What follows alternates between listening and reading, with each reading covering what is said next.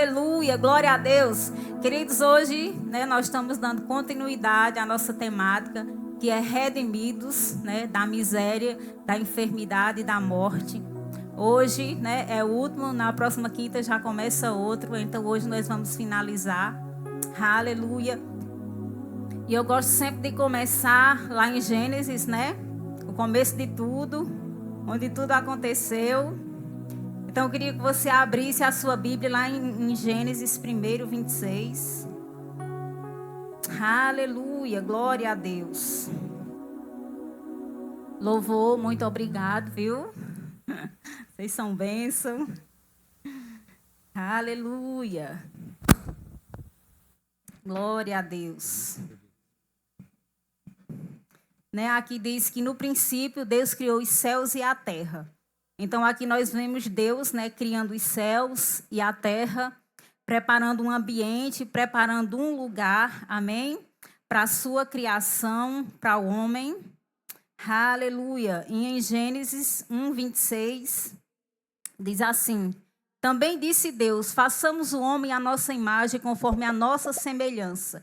Tenha ele domínio sobre os peixes do mar, sobre as aves do céu, sobre os animais domésticos, sobre toda a terra e sobre todos os répteis que rastejam pela terra. Então aqui, queridos, quando Deus diz, façamos o homem à nossa imagem, conforme a nossa semelhança, nós vimos Deus criando o homem, amém? Deus criando o homem no Espírito, porque mais na frente nós vamos ver lá em Gênesis 2, 7 e 8, Deus formando o homem do pó da terra, o boneco de barro, amém? E soprando naquele boneco o fôlego de vida, aquele que ele já havia criado, o homem, amém? Conforme a sua imagem, conforme a sua semelhança. E ele pega esse homem e ele coloca no jardim do Éden. Para quê? Para que ele tivesse comunhão, para que ele tivesse intimidade com esse homem. Mas esse homem também ele tinha responsabilidades naquele lugar. Ele diz, domine, governe, cuide, amém? Então aquele homem tinha responsabilidade, mas ali naquele Éden, no jardim, ele tinha todo o suprimento. Tudo que o homem precisava estava, preparado para o homem. Suprimento, abundância. Você imagina os animais naquele lugar, a gente brincando como um cachorrinho, brincando com o leão, como se brinca com um gato. E fartura, querido, todo tipo de frutas, de verdura, os rios, ali a coisa mais linda. Então, Deus coloca o homem nesse lugar e diz, domine, governe, E Deus deixa o homem nesse lugar e Deus dá uma ordem ao homem. Ele diz, de toda árvore do jardim você pode comer livremente, mas você não pode comer do fruto, do conhecimento do bem e do mal, porque no dia que você comer, você certamente morrerás. Amém? Quantos sabem que Deus não é Deus de pegadinha? Amém? Aquilo que ele diz, acontece. Então, o homem fica ali, e depois ele ouve, a serpente. Eva ouve a serpente, dá ouvido à mentira de Satanás e ela come daquele fruto. Amém? Ela pega e dá a Adão e eles comem do fruto e eles pecam. Amém? A Bíblia diz que eles morrem espiritualmente. Eles não morrem fisicamente. Eles ainda viveram 930 anos. Mas espiritualmente, eles morreram. E quando Deus ele descia todos os dias na virada do dia para ter comunhão com aquele homem. Amém? Porque a terra era uma extensão do céu. Porque Deus criou o homem à sua imagem, conforme a sua semelhança, para dominar, para cuidar, para guardar. E Deus amava ter relacionamento com aquele homem. E quando Deus chega no Éden, ele já percebe que tem alguma coisa errada. E quando, Eva e Adão, eles ouvem os passos de Deus, a Bíblia diz que ele teve medo e eles se esconderam. Coisa que nunca tinha acontecido. Por quê? Porque eles já estavam mortos espiritualmente. Eles já estavam separados de Deus. Eles não tinham mais comunhão com Deus. E ali foi onde entrou o medo, onde entrou o pecado, onde entrou toda a desgraça da humanidade, por causa da desobediência do homem. Amém? E Deus ama tanto, querida, a humanidade, Deus ama tanto o homem, que Deus, tira aquele homem do jardim, porque se o homem continuasse lá, ele ia comer da árvore do conhecimento, a árvore da vida, e ele ia viver morto espiritualmente para o resto da vida. Então, toda a humanidade estava condenada. Então, Deus coloca, né, querubins para guardar a árvore da vida, e ele tira o homem do jardim. Por quê? Porque ele amava a humanidade. E Deus, querido, ele não é pego de surpresa. Aí, quando ele peca, né, ele desobedece, ali Deus já sentenciou todo o pessoal, né, do jardim, a cobra, o diabo, a mulher, o homem, né? Ele falou que a mulher, ela ia, né, dar à luz com muitas dores de parto, que por causa da desobediência a terra se tornou maldita, né, e que ele ia começar a trabalhar e suar para ter o seu sustento. E ele fala para a serpente, né, que ela ia rastejar e comer do pó da terra. E ele fala para o diabo, vai nascer um. E você vai ferir o calcanhar dele, mas ele vai esmagar a sua cabeça. Dessa mulher que você fez ela pecar, dessa mulher que você mentiu para ela, vai vir um da descendência dela, que vai esmagar a sua cabeça. Então, Deus, ele não foi pego de surpresa, querido. Quando ele chegou no jardim, que ele procurou o homem, que ele não encontrou naquele lugar de justiça, lugar de filho, ele já disse, ei, nada está perdido. Satanás vai ser assim, assim e assim. Você já está condenado, você já está julgado, porque vai vir um da descendência da mulher, que vai pagar o preço do pecado. Porque o homem tinha morrido espiritualmente, ele estava separado, distante de Deus a partir daquele momento. Por isso que quando Jesus ele foi ter com Nicodemos, né? E ele falou que para nós entrarmos no reino do céu era necessário nascer de novo. E Nicodemos disse: como pode a pessoa sendo velho voltar para o ventre da mãe e nascer de novo? Ele disse: aquele que não nascer da água e do Espírito não pode entrar no reino dos céus. Não tem salvação se não for por meio do novo nascimento. Então, o homem ele precisa nascer naturalmente e ele precisa nascer espiritualmente. Porque nós nascemos, né, naturalmente, e depois, quando chega numa certa idade, né, que a criança, quando ela nasce, ela não tem consciência de pecado, mas todo homem, querido, por causa da desobediência, quando chega uma certa idade, a gente peca. Nós erramos e nós pecamos conscientemente. Porque nós sabemos, né, que o pecado existe, mas não tem como a gente ficar se policiando. Chega um momento na vida do ser humano que ele peca por causa do pecado de Adão, por causa da maldição, né, que houve na terra por causa da desobediência. Então ele diz, então é necessário nascer de novo. Aleluia. Glória a Deus. Oh, Deus é bom. E aí, querido, o plano de Deus da redenção, ele começa no Éden. Deus diz, eu vou resgatar o homem que eu havia perdido. Aleluia. Então, ele começa a fazer alianças, e a primeira aliança que Deus estabelece é a aliança abraâmica. É uma aliança com Abraão. Ele diz, Abraão, de ti virão todas as famílias da terra, de ti serão todas as famílias da terra bendita. Então Deus faz, né, uma aliança com Abraão, e porque Abraão creu, né, Deus imputou a nossa salvação. Através de Abraão nós fomos trazidos de volta para a presença de Deus. Aleluia. E Deus continua fazendo alianças, Deus faz a aliança com Moisés, né? E ali Deus estabelece a lei. Porque a lei ela não salvava o homem, porque o pecado já estava dentro do homem. Mas Deus, né, diz que fala para Moisés fazer o tabernáculo, porque Deus queria habitar no meio do povo. E ele fala como os sacerdotes deveriam fazer, né, pegar um animal inocente, um animal puro, sacrificar, né, e levar diante de Deus para que Deus pudesse cobrir o pecado do povo durante um ano. E ali, quando os sacerdotes entravam naquele lugar, que aquele sacrifício era aceito, e ele saía com as suas mãos sujas do sangue dos animais, querido, diz que aquele povo ele fazia festa durante 30 dias, porque o pecado deles tinha sido apaziguado durante um ano. Mas todos os anos precisava desse sacrifício, porque o pecado estava dentro do homem, e o sangue de animais né, de ovelhas e de bodes, não podia tirar o pecado do homem. E Deus, querido, ele não se agradava disso, porque o homem estava morto, o homem estava distante dele. E Deus queria resgatar o homem, Deus queria trazer o homem de volta. E Jesus disse: Pai, não está escrito ao meu respeito, né?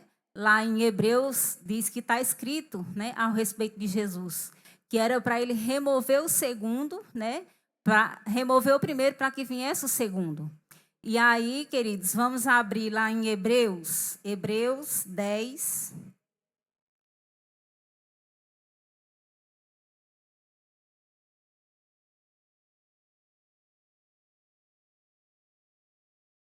Aleluia, Hebreus 10.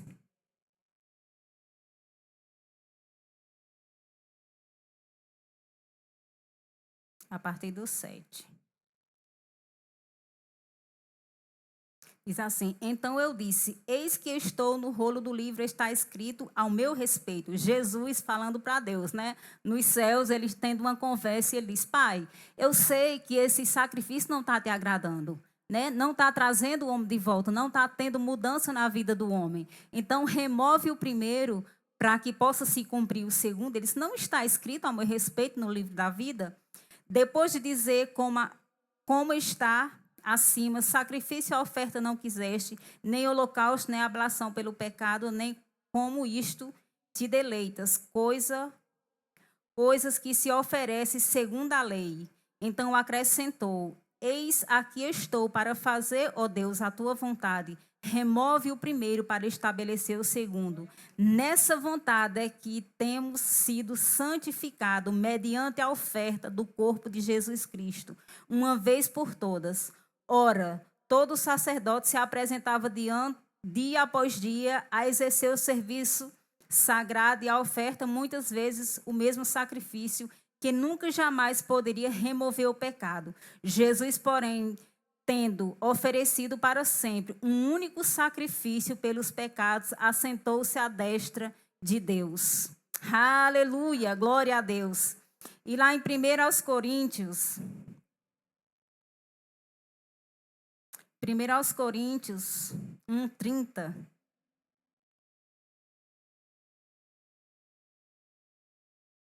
Diz assim: Mas vós sois dele, e em Cristo, o qual se nos tornou da parte de Deus sabedoria, justiça e santificação e redenção, para que, como está escrito, aquele que se glorie-se no Senhor. Então Jesus, ele se despiu de toda a sua glória, de toda a sua majestade. Ele veio para a terra, querido, como homem. Ele se humilhou. Ele veio para a terra como homem, como eu e você. Né? Ele viveu, né, a sua vida aqui até os 33 anos. Depois ele foi batizado, né, no Rio Jordão e ele começou a cumprir o seu ministério. A Bíblia diz que ele andava por toda parte fazendo bem, né, e curando a todos os oprimidos do diabo, porque Deus era com ele. E depois, querido, Jesus, né, ele vai para o Getsêmani, quando ali já está bem próximo da sua crucificação, e diz que ali ele ficou, né, ele levou alguns discípulos e ele orou. Diz que ele ficou angustiado até a morte, a ponto de suar gotas de sangue. E por que isso, querido? Porque Jesus sabia, né, o que estava preparado para ele. Jesus sabia o que ele ia passar, o sofrimento que ele ia ter que passar por causa da humanidade. Aleluia. E ali, queridos, ele é levado para a cruz. Né? A Bíblia diz que ele leva 39, né, chibatadas.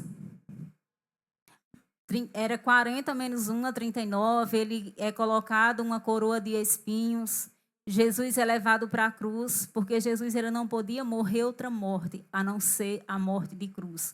Porque a Bíblia diz que maldito todo aquele que for pendurado no madeiro. Então, querido, nós éramos malditos.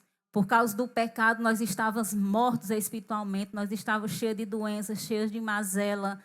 Amém? A maldição tinha vindo sobre nós. E Jesus precisava vir para pagar o preço, para pagar o pecado pela humanidade, para que nós pudéssemos novamente voltar à nossa posição original como filhos de Deus. Aleluia! E quando Jesus, querido, ele vai para aquela cruz, né, ele sofre a nossa morte. Ele passa, né, pelos nossos sofrimentos. E quando ele está naquela cruz, todo o pecado da humanidade vem sobre ele, queridos.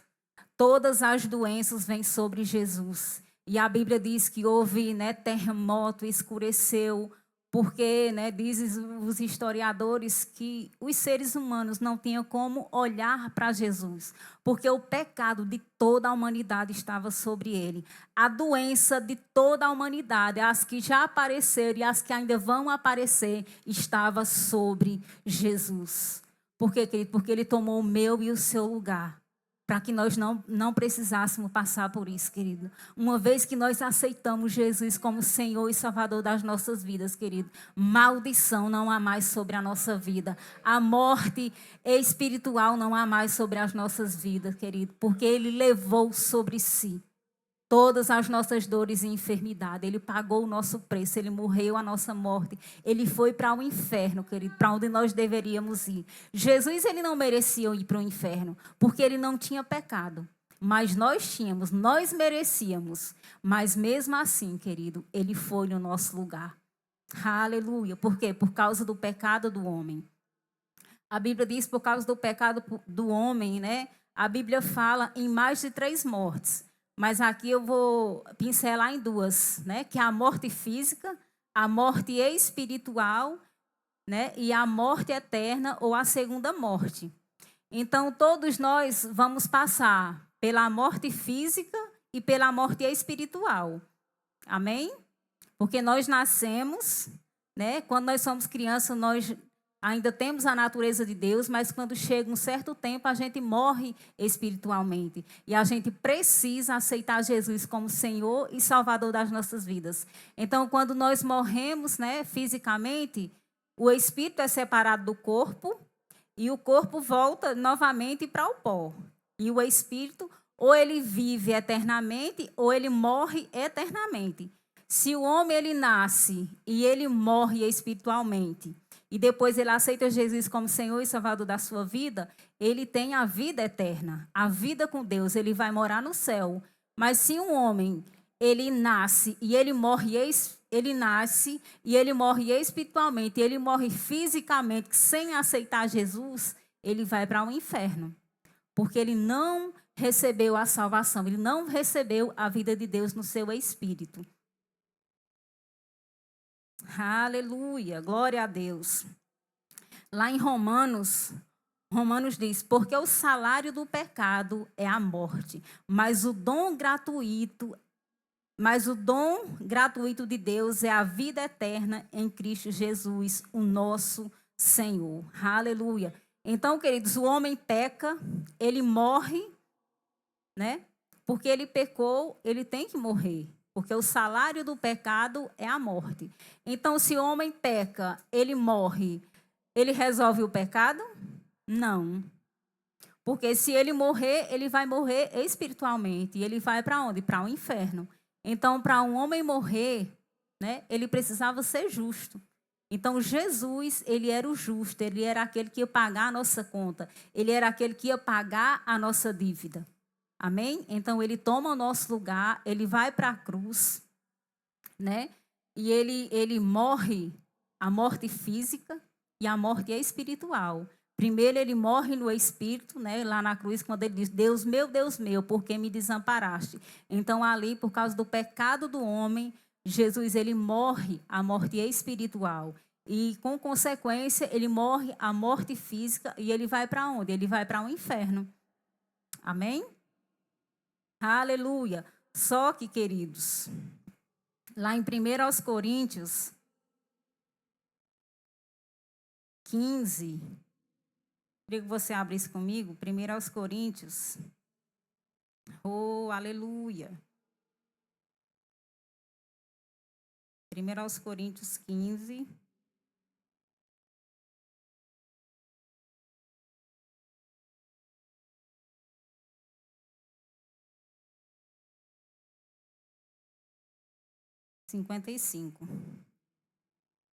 Diz assim: onde está a morte, a tua vitória? Onde está a morte, a tua vitória? Onde está a morte, a tua força? Onde está a morte, o teu poder? Aleluia. Onde está a morte, o teu agrilhão? O agrilhão da morte é o pecado e a força do pecado é a lei. Graças a Deus que nos dá a vitória por intermédio de nosso Senhor Jesus Cristo. Aleluia. Aleluia. Se nós morrêssemos, querido, nós não poderíamos resolver o pecado, porque nós ia morrer fisicamente e espiritualmente e nós ia para o inferno. Nós ia pagar, mas ia estar separado de Deus para o resto da vida. Então, Jesus, o justo, amém, queridos? Ele não tinha pecado. Então, o salário do pecado era a morte. Só que um justo morrendo, ele não tinha pecado. Então, ele ia pagar a nossa conta, ele ia pagar a nossa dívida. Por isso que ele diz, onde está a morte ou tua vitória? Onde está a morte, o teu agrilhão? E Jesus, ele foi para o inferno no nosso lugar, mas a morte não pôde deter, porque Jesus, ele não tinha pecado. Jesus, ele se fez pecado por mim e por você, mas durante toda a sua vida aqui na terra, ele não cometeu pecado. Ele fez a vontade de Deus, queridos. Ele não errou, ele não pecou. Mas ele pegou o meu pecado e o seu pecado para que hoje nós fôssemos livres, para que hoje nós fôssemos filhos de Deus. Aleluia! A conta foi paga, querido, de uma vez por todas. E nós não devemos nada a Satanás. Uma vez que nós aceitamos Jesus como Senhor e Salvador, querido, tudo aquilo que pertencia a Ele agora nos pertence. Vida eterna nos pertence. Cura divina nos pertence. Salvação, libertação, preservação, aleluia, aleluia, abundância. Porque Jesus disse, eu vim para que tenham vida e a tenham em abundância. Então o Filho de Deus não é para viver aqui na terra aqui de qualquer jeito, não, queridos.